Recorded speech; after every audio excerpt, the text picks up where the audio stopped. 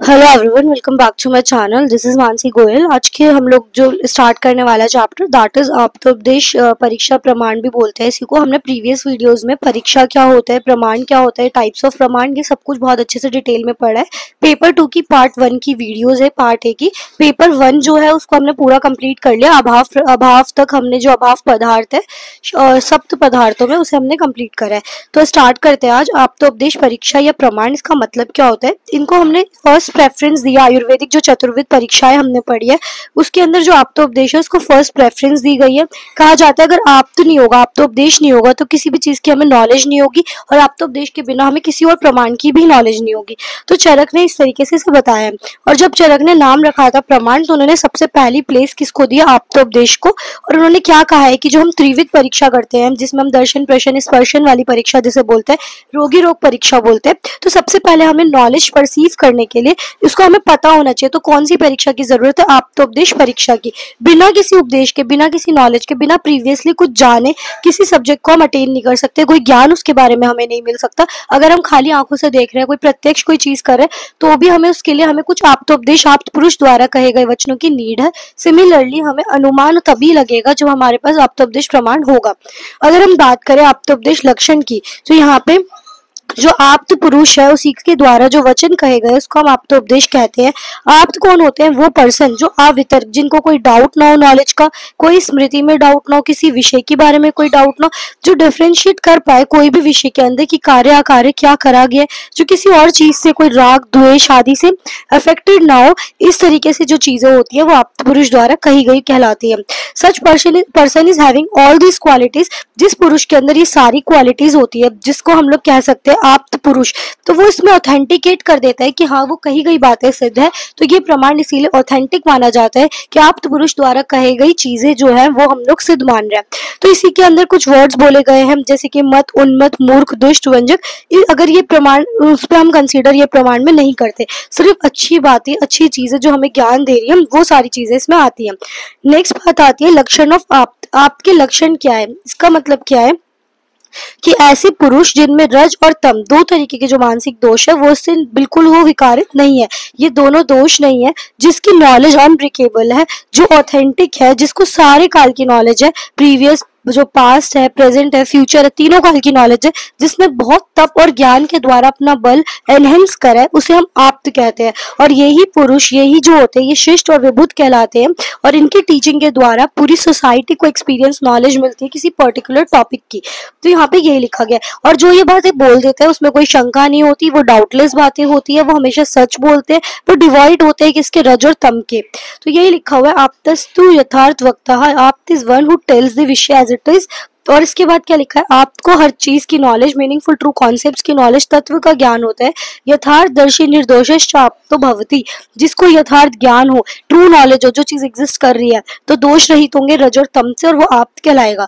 अब आते हैं शब्द लक्षण एंड भेद की। अगर हम बात करें तो तर्क संग्रह ने आप्त वाक्यम शब्दम, इसका क्या मतलब है, जो आप्त वाक्य है उसको शब्द कहा है। वाक्य क्या होता है, जो पद समूह मिलके बनता है उसे वाक्य बोलते हैं। वाक्य आप्त शब्दों द्वारा, आप्त पुरुषों द्वारा जो बोले गए हैं, उनकी कोई स्पेसिफिक शक्ति, उसकी पोटेंसी, कोई स्पेसिफिक मीनिंग होगी, इसी को हम लोग आप्त बोल रहे हैं। शब्द परम आप्त, जैसे कि अगर सबसे बड़े आप्त पुरुष की बात करें तो ब्रह्मा जी है, तो उनके अलौकिक शब्द कहलाएंगे। तो वो हमेशा सच बोल रहे हैं, सत्य बोल रहे हैं। वेद हो गए, आगम हो गए।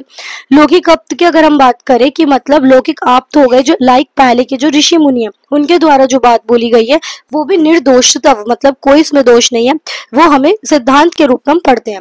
अब आती है बात, चरक आचार्य ने लक्षण ऑफ शब्द क्लासिफाई करे 4 कैटेगरीज के अंदर। सबसे पहले बोला है उन्होंने, सबसे पहले जो यूनियन ऑफ लेटर्स है उन्होंने उसको शब्द बोला है। इसको बोला है दृष्टार्थ, फिर अदृष्टार्थ, फिर सत्य और अनृत। तो ये आपसे पूछा जाता है कि 4 तरीके के जो वर्ण, ये आपसे कि जो 4 तरीके के वर्ण समूह है उसमें क्या 4 यूनियंस कहलाती है, शब्द, और शब्द के 4 टाइप्स हमसे पूछे जाते हैं। ये इंपॉर्टेंट है, important for very short. Okay, तो यहाँ से हमें पता होना चाहिए कि दृष्टार्थ, अदृष्टार्थ, सत्य और अनृत।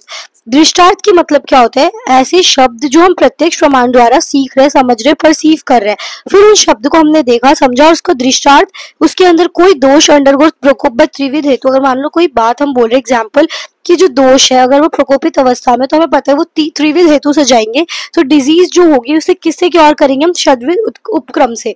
तो जो शब्द हमने परसीव करे, जो हम स्पर्श इंद्रियों द्वारा विषय ग्रहण कर रहे हैं, वो श्रोत इंद्रियों द्वारा जो विषय ग्रहण कर रहे हैं, वो सारा कुछ हमारा शब्द के रूप में आएगा। और दृष्टार्थ हो गया, हम उसे समझ रहे हैं, जो मीनिंग हम समझ रहे हैं शब्द की प्रत्यक्ष प्रमाण द्वारा, उसको हम कहेंगे दृष्टार्थ। फिर होता है अदृष्टार्थ, मतलब ऐसे शब्द जिसकी मीनिंग जो ऑब्टेन हो रही है वो हम अनुमान प्रमाण द्वारा ले रहे हैं, मतलब हमें दिख नहीं रहा, समझ नहीं आ रहा। जैसे अगर हम ऑस्कल्टेटरी साउंड सुन रहे हैं तो हमें क्लियरली सुनाई दिया, वो प्रत्यक्ष प्रमाण हो गया श्रोत इंद्रियों द्वारा, तो हमें समझ आया उसका मीनिंग।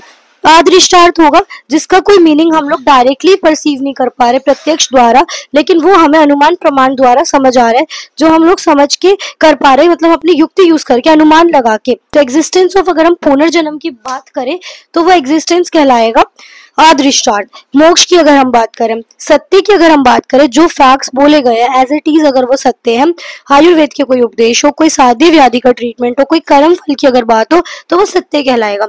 अमृत की अगर हम बात करें, वो शब्द जो सत्य के अपोजिट है, जो जस्ट उसके कॉन्ट्रैक्टरी स्टेटमेंट्स है, जिसका कोई मीनिंग नहीं है, अपोजिट मीनिंग है सिर्फ सत्य से, वो अनृत है। देयर इज नो आयुर्वेद उपदेश, कोई ट्रीटमेंट नहीं है क्योरेबल डिजीज का, तो अगर वो कहलाएगा अनृत। ठीक है, जिसका कोई एग्जिस्टेंस ही नहीं, कोई सत्य बात है, ठीक है, उसके जस्ट अपोजिट अगर हम बोल रहे हैं, जैसे हमने पहले बोला साध्य व्याधि का ट्रीटमेंट है, अब हम बोल रहे नहीं है, तो वो कहलाएगा अनृत। अब उत्पत्ति भेद से भी शब्द दो तरीके से बताए, ध्वन्यात्मक और वर्णात्मक। जो प्रोड्यूस हो रहे इंस्ट्रूमेंट्स द्वारा, ड्रम द्वारा, वो ध्वन्यात्मक है। वर्णात्मक जो हम बोल रहे हैं, जो वोकल कॉर्ड द्वारा प्रोड्यूस हो रहे हैं, जो वर्बल साउंड है, जो स्पीच है, दैट इज वर्णात्मक। शब्द वृत्ति या शब्दार्थ बोधक वृत्ति का क्या मतलब होता है? जो हम लोग कोई वर्ड प्रोनाउंस करते हैं, जो उसकी मीनिंग निकल कर आती है, उस मीनिंग को जो वर्ड है उसको शब्दार्थ बोधक वृत्ति कहते हैं। सिचुएशन के अकॉर्डिंग जो मीनिंग है शब्द की वो डिफर कर सकती है, डिफरेंट मीनिंग्स निकल सकते हैं। और कॉन्टेक्चुअल अगर हम मीनिंग की बात करें तो वो शब्द वृत्ति के 4 टाइप्स बताए हैं, अभिधा, लक्षण, व्यंजना, तात्पर्य, आक्षेप। ठीक है, यही यहाँ से क्वेश्चन बनता है इस चैप्टर से, बहुत इंपॉर्टेंट शॉर्ट और लॉन्ग क्वेश्चन। ठीक है, ये बहुत इंपॉर्टेंट है, आपसे इंडिविजुअली भी पूछ सकते हैं अभिधा क्या है, लक्षणा क्या है, बट यहाँ से आपको याद रखना है। तो अभिधा वृत्ति की अगर हम बात करें, जो हमें डायरेक्ट मीनिंग निकल कर आता है उसे हम अभिधा बोलते हैं। This gives the meaning of शब्द as it is directly, there is no confusion, no complication in understanding the meaning of presence of अभिधा वृत्ति। अगर हम बोल रहे हैं डायरेक्ट मीनिंग, किसी शब्द की डायरेक्ट फंक्शन निकल कर आ रहा है, तो अभिधा वृत्ति है। अभिधा को ही हमने वाच्य अर्थ भी बोला है। इस वृत्ति को जो हम डायरेक्ट फर्स्ट प्रेफरेंस हम इसको देंगे, वो ऑब्टेन होती है अभिधा वृत्ति से। The words meaning of which is express through अभिधा वृत्ति से जो मीनिंग एक्सप्रेस हो रहे हैं, उसी को हम सार्थक शब्द भी बोलते हैं। सार्थक शब्द क्या है, वो 3 तरीके से बताए गए हैं। सबसे पहले रूढ़, यौगिक और योग रूढ़। रूढ़ शब्द क्या होता है? जो किसी पे डिपेंडेंट, उसकी व्युत्पत्ति पे वो डिपेंडेंट नहीं है, वो फ्री है, धातु भी नहीं है, प्रत्यय भी नहीं है, ग्रामेटिकल कुछ मिस्टेक्स नहीं है। एज दी होल वो शब्द कोई मीनिंग दे रहे हैं, जो हम प्रैक्टिस में उसे बस यूज करते जा रहे हैं, स्पेसिफिकली कोई किसी से उत्पन्न नहीं है, कोई धातु वगैरह से उत्पन्न नहीं है। ठीक है, अगर उसको सेपरेट कर देंगे तो उससे कोई वर्ड, उसका मूल वर्ड से कोई वर्ड का मीनिंग नहीं निकलेगा। जैसे अगर हम बात करें व्युत्पत्ति रहिता शब्दः रूढ़ा, मतलब व्युत्पत्ति से रहित जो शब्द है दैट इज रूढ़ शब्द। नेत्र जैसे इसका एग्जांपल है। यौगिक शब्द क्या है? जिसके अंदर कोई ग्रामेटिकल इम्प्लीकेशन है, लेकिन जब उसको अलग अलग कर देंगे तो अपनी मीनिंग उसकी रहेगी। विद्या की मीनिंग है, आल्य की मीनिंग है, तो यही लिखा हुआ है। राज की मीनिंग है, कुमार की मीनिंग है। योग रूढ़ शब्द की सेपरेट कोई मीनिंग नहीं होती। यहाँ पे लक्षण वृत्ति की अगर हम बात करें तो लक्षणा वृत्ति क्या होती है? वृत्ति which gives the secondary meaning of शब्द इंस्टेड ऑफ मुख्य अर्थ, मतलब जो उससे अर्थ निकलना चाहिए उससे दूसरा अर्थ निकल रहा है, उसका सेकंड मीनिंग निकल रहा है, तो उसे हम कहलाएंगे लक्षणा वृत्ति। फॉर सम पर्पस जो रूढ़ी लोग होते हैं वो मुख्य अर्थ ऑफ शब्द को नेग्लेक्ट कर देते हैं और दूसरा मीनिंग ही प्रैक्टिस में लेके चल रहे हैं, तो उसको हम लक्षणा वृत्ति कहेंगे। जैसे गंगायम घोष, तो दिस हैज द मुख्य अर्थ द हट इन द रिवर, बट इससे नहीं सेटिस्फाई हो रहे लोग, इसका कुछ जो एक्सपेक्टेड मीनिंग है उससे नहीं हो रहे, इसको नेग्लेक्ट करके वो अन्य अर्थ क्या समझ रहे हैं? द हट on the bank of the river Ganga is taken. ठीक है, जबकि इसका एक्चुअल मीनिंग क्या है कि हट इन द रिवर, लेकिन वो समझते क्या है कि अगर कभी हमें बोलना है कि हट नियर साइड द रिवर तो हम बोलेंगे गंगाया घोष, तो ऐसे लिखा हुआ है। व्यंजना वृत्ति की अगर हम बात करें, वृत्ति बाय विच व्यंजन अर्थ ऑफ शब्द इज अंडरस्टूड, जिससे व्यंजन समझा जाता है उसे हम व्यंजना वृत्ति कहते हैं। दिस ट्विस्ट द मुख्य अर्थ एंड लक्ष्यार्थ, इसके अंदर क्या होता है? टू अ फुलिश अगर हम बोल रहे हैं यू आर वेरी इंटेलिजेंट, तो ये दोनों तरीके से एक तरीके से सरकास्टिक कमेंट हो गया। इन्होंने मुख्य अर्थ तो है कि या तो वो इंटेलिजेंट है, लेकिन वो सामने वाले को पता है अगर वो मुख्य मतलब मूर्ख है, अगर उसको हम बोल रहे हैं यू आर वेरी इंटेलिजेंट, तो वो अलग तरीके से लेगा।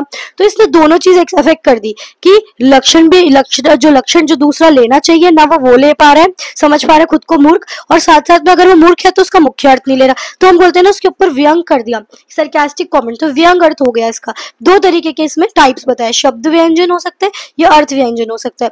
तो एक तरीके से इंसुनेटिंग शब्द हो गए कि जिसमें हम लोग सरकास्टिक बोलते हैं वही। तो शब्द यू आर डोंकी, तो द वर्ड डोंकी सेट कि इसका मतलब क्या है एग्जैक्ट कि ही इज फूल, ठीक है, वो मूर्ख है। लेकिन यहाँ पर अगर देखिए इसको अब बोल रहे किसी को डोंकी, तो ना वो शब्द अर्थ ले पा रहा उसका मुख्य, और ना वो खुद को लक्ष्य अर्थ में ले पा रहा। तो यही यहाँ पर जब सार मीनिंग होता है कि ग्रेप्स आर सार, तो ये मीनिंग दे रहा है the person could not get them, ठीक है। तो यही चीज यहाँ लिखी हुई है।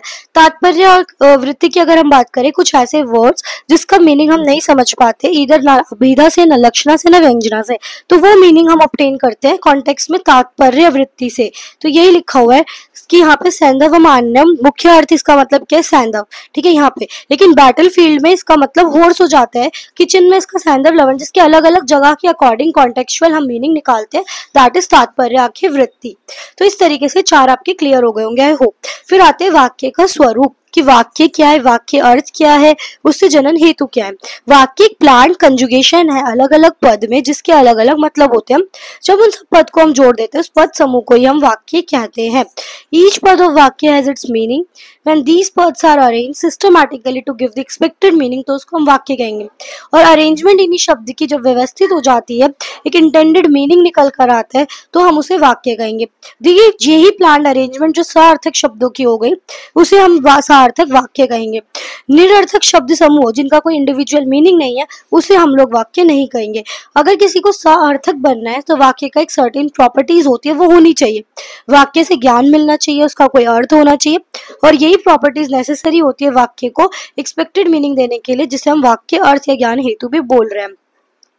वाक्य अर्थ ज्ञान हेतु की अगर हम बात करें तो इसके अंदर आकांक्षा, योग्यता, सन्निधि। आकांक्षा की अगर हम बात करें, वाक्य जिसमें बहुत सारे पद होते हैं और वन पद इन द वाक्य can not convey the meaning in absence of other, मतलब जो पद अलग अलग पद जो प्रेजेंट है वाक्य में, अगर एक पद भी एब्सेंट है तो उसका पूरा मीनिंग चेंज हो जाएगा। पद बिकम्स कैपेबल अगर इंडिविजुअल अपनी मीनिंगफुल है, और जब सुटेबली अरेंज करेंगे तभी उसका कोई वाक्य अर्थ निकलेगा। इसी को हम यहाँ पे आकांक्षा बोल रहे हैं, और ये एक्सपेक्टेंसी फुलफिल्ड होती है जब वाक्य का सार्थक मतलब निकल रहा है। तो आयुर्वेदी अतिथि आयुर्वेदा, तो इंडिविजुअल वाक्य कन्वे नहीं कर पा रहा जो पद है कि आयु से हम क्या बताना चाह रहे हैं, और जब पूरा एक सेंटेंस है मीनिंग, लेकिन अपनी अपनी सबकी इंडिविजुअल मीनिंग जरूर है।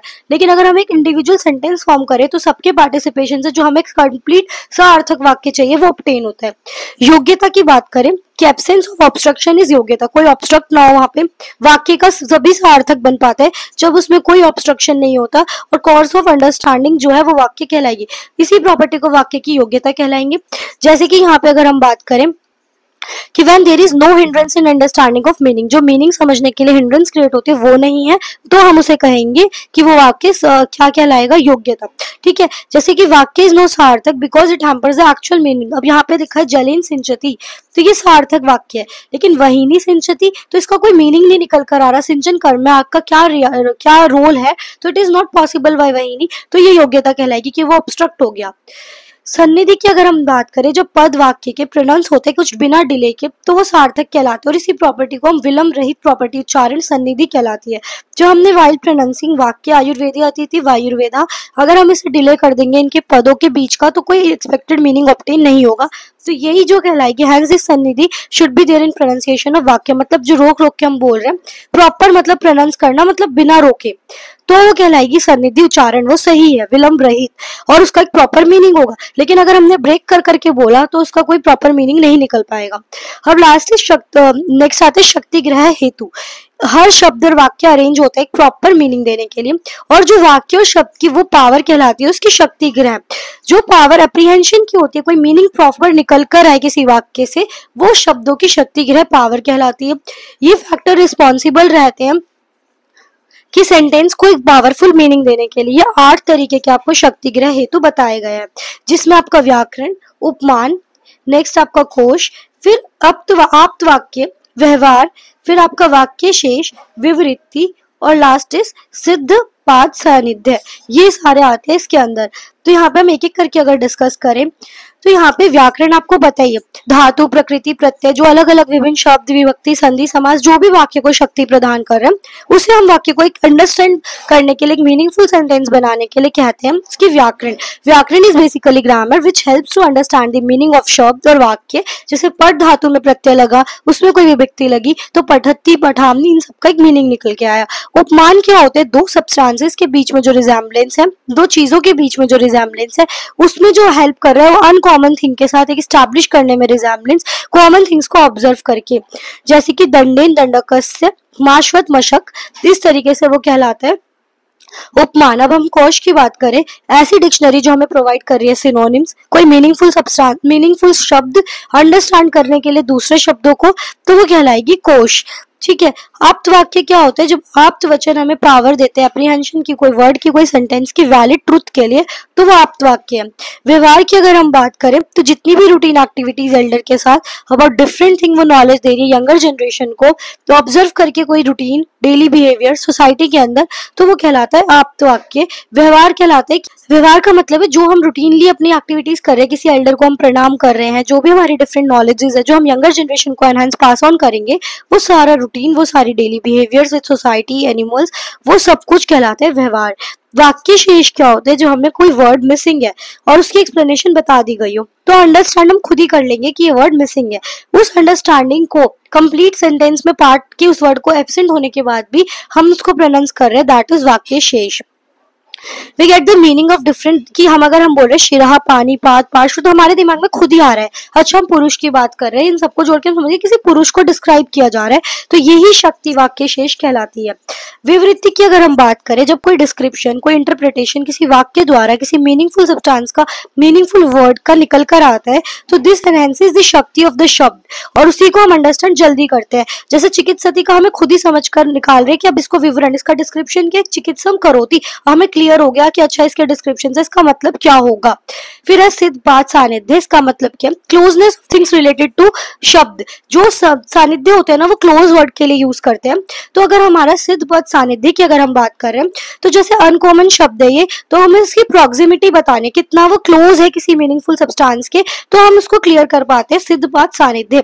जैसे सहकार्य मधुनि पीबत, ये हमें ना क्लोज रिलेशनशिप एस्टैब्लिश करने में हेल्प करते हैं कि कोई चीज किसी चीज के कितना क्लोज है। यहाँ एक सेंटेंस है सहकार्य मधुनि पीबती, इसका ये मतलब है कि जो मधु मैंगो फ्लावर का पीता है, सहकारी मैंगो फ्लावर, तो इससे क्या पता चल रहा है हमें कि जो भ्रामर वो खाली और खाली हनी किसका ले रहा है? मैंगो फ्लावर का। तो how it is close to the mango flower, वो किसी और चीज का नहीं ले रहा। तो यहाँ पे यही लिखा गया कि वो क्लोजनेस, क्लोज प्रोक्सिमिटी किसी शब्द और वाक्य से हमें झलकती है कि ये इंसान इस चीज के बहुत क्लोज है।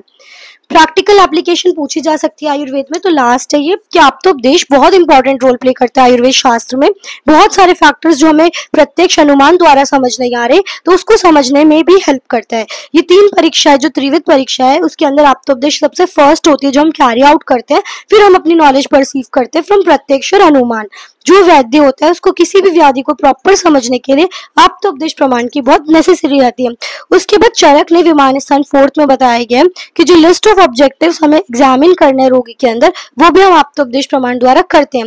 इंडिविजुअल कोई भी रोग हम समझ नहीं सकते बिना आप्तोपदेश प्रमाण के। तो यही यहाँ लिखा हुआ है कि एवं प्रकोपनम, मतलब जो एग्रीवेटिंग फैक्टर्स है व्याधि के, एवं योनिम इन्वॉल्व दोष। तो इस तरीके से जो हमें नॉलेज पहले से दी गई है कि कैसे डिजीज एग्रीवेट होगी, कैसे उसके दोषों का इन्वॉल्वमेंट है, ये सब आप्त पुरुष द्वारा जो वचन दिए गए हैं, ये सब कुछ अंडरस्टैंडिंग हम कैरी करते हैं forward for the diagnosis of disease. फिर हम उसका पथ्य अपथ्य सेवन जो है वो लिखते हैं। Thank you so much for watching this video. आपको ये समझ आई होगी। आई होप जितना भी आप्तोपदेश प्रमाण के इंपॉर्टेंट क्वेश्चन हमने मार्क कर लिए। बेसिक से क्वेश्चन इससे हमने जो भी फ्रेम होंगे वो शॉर्ट आंसर्स है। लॉन्ग आंसर के अंदर आपसे जो पूछा जाएगा वो inter relationship between Ayurveda and आप्तोपदेश प्रमाण, इसका सिग्निफिकेंस पूछ सकते हैं।